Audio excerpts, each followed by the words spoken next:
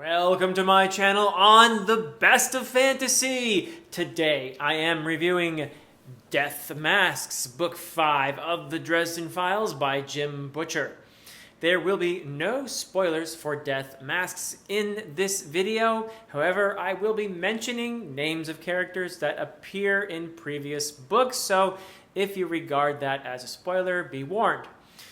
Now, is it true, as I have heard the Dresden Files fandom claim many a time, that the series gets better with each book? I have, by and large, found that to be the case in reading the Dresden Files. I have loved each book a little bit more, and that is true for Death Masks. Absolutely, yes. It is my current favorite of the first 5. So yes, the trend has definitely been going upward in terms of the quality of the books, in terms of my own enjoyment, and a lot of the things that I've been enjoying all along are very prominent in Death Masks, such as the action and the pace and the humor. These are all hallmarks of the series as I've experienced it thus far. Has the series gone from the kind of palate cleanser that people refer to the earlier books as, from this bigger story that is going to sweep me away? It has not happened yet.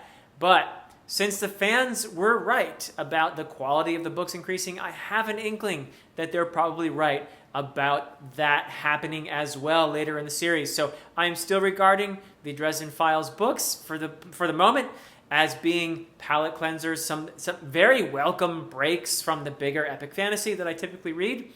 And I enjoy them for that very much. As I said, I love the humor, the action, the pace, all of it is fantastic.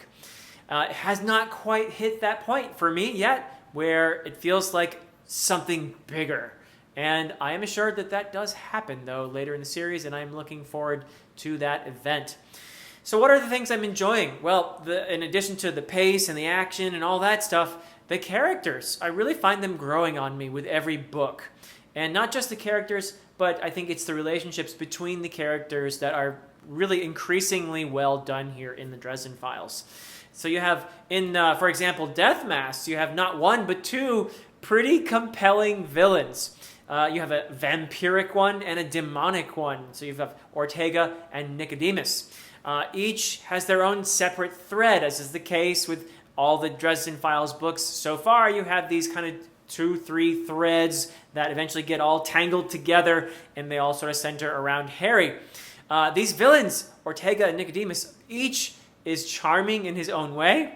They're a bit tropey. They're dangerous as well. There's the real danger lurking beneath the charm and all that. But I would say, yes, absolutely tropey, but skillfully done. Very skillfully executed on the part of Jim Butcher. I enjoyed meeting these villains, and you know they're villains right from the get-go. I mentioned that relationships a moment ago. They are really taking on some resonance, gaining some momentum here. I've always actually kind of liked what Butcher's been doing with Harry and Susan, and in Death Masks, I really appreciated what happened between these 2 characters in terms of they have their own arcs going, and they also have this really complex relationship going on, which consists of a lot of attraction and conflict. So it's really quite a mess, and it's compelling, and it's interesting reading what's going on between Harry and Susan. Really good stuff. I appreciate it. The Butcher's skill in bringing this relationship to a point where you're on the edge of your seat wondering, okay, what's going to happen with these 2? So good stuff. Also, over the course of these 5 books, other relationships have deepened. I really love the relationship between Harry and Karen Murphy. Those 2 are always great together. Also, Harry with Michael Carpenter, a similar dynamic going on there. And these characters are reflections of Harry as well. We even though it is a first-person narrative, everything is in Harry's voice, we get a sense of how these characters probably feel about Harry as well.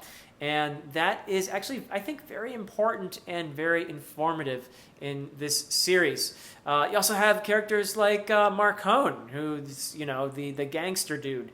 And that relationship has taken on some interesting complexity in Death Masks as well. So these long-term character relationships, I think, are really where I think that you're going to get a lot of mileage out of this series. So I'm anticipating that these are going to become more and more compelling in future reads, these relationships. Also, some really cool new characters in here. I really enjoyed the character of Shiro, a personal favorite from Death Masks. Really great arc for this brand new character in here. Very cool. And I enjoyed what Jim Butcher did with this character a lot. And Harry, of course, Harry. You have to talk about Harry. He's at the center of all this. And I am always, as in the previous books, pulling for Harry, hoping for him. He is, in some senses, I've said this before, but I think it bears repeating, he is an unreliable narrator.